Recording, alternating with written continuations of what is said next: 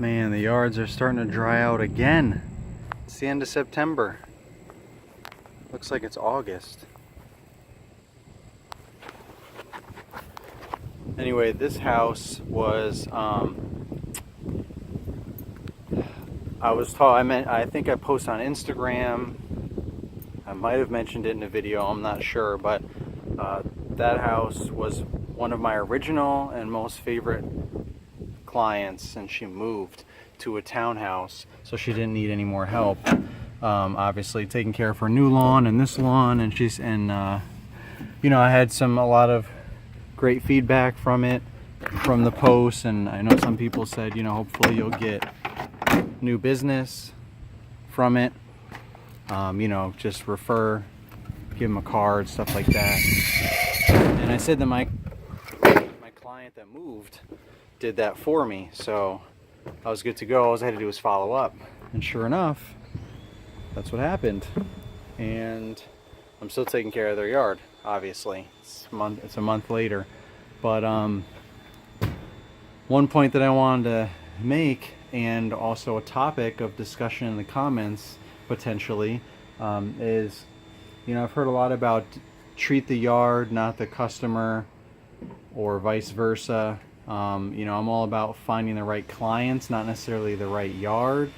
But at the same time, I feel like you do kind of need both, which is very difficult to find the right yard, meaning, you know, the right type of grass that's healthy, well maintained. But if it's not, and you offer all these different services like aerating and seeding and fertilizing and all that, then you can offer those services and try and rehabilitate the yard. So that's more business for you, and you have, you know, you have more in your control versus taking over a lawn that's already been managed and maintained by someone else or whatever.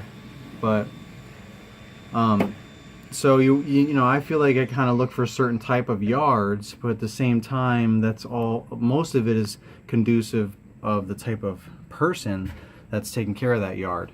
So if that person cares, then they're going to take care of that yard.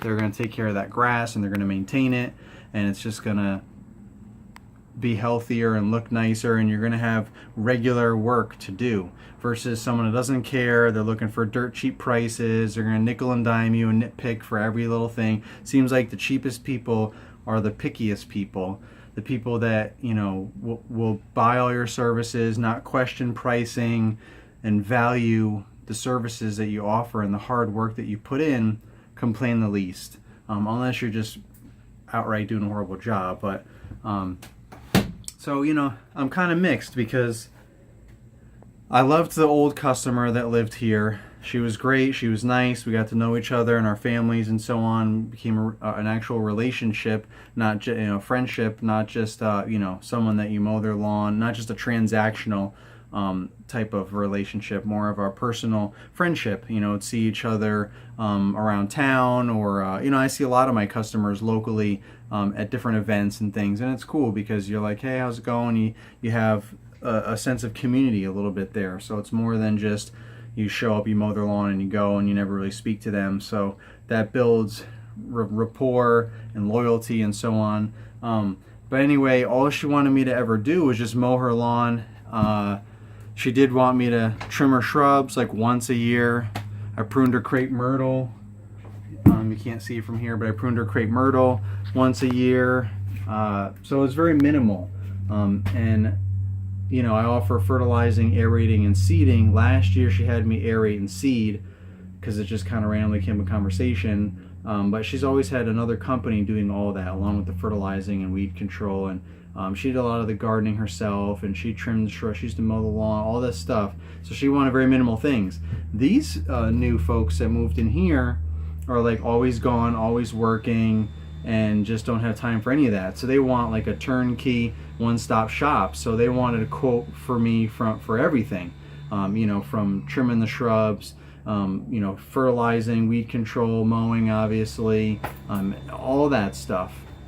And even some stuff that I'm trying to get away from, like tree trimming and mulch and that kind of landscaping stuff. But still, the point is, for those of you that want that kind of work and offer those services, I picked up a new client with an old yard, and now I'm getting more money from it potentially because they want more work than the original client that I had, which I thought was like my best client, because she was so nice, she paid on time, you know, she valued my work, and her lawn was always fantastic.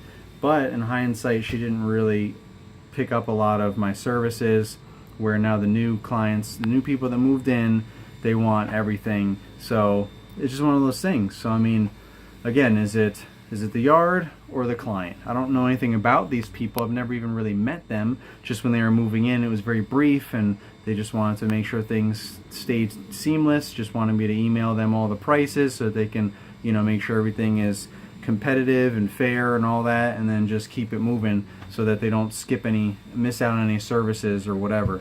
So basically, without knowing the kind of people that they are,